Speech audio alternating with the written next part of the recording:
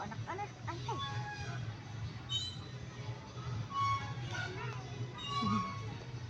Gala muna kami dito sa Quezon Province sa bayan. Kasama kong kapatid ko, mga pamangkin, at itong dalawa kapatid ko yan. Itong very special na kapatid.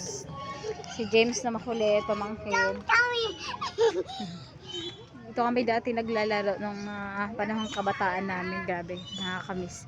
Grabe, ilang years din bago makabalik dito. Siguro, 20 years. Mga 20 years talaga bago ako nakabalik dito. Quezon Province. Ganda dito dahil. Tapos may fountain pa dito. Kaso ngayon wala na. Mukhang puro basura na Abandon na talaga siya. Wala na. Mommy, Grabe yung init. Yes. Ayun, may tournament ngayon kasi nga basketball ngayon, magpe-fiesta kasi.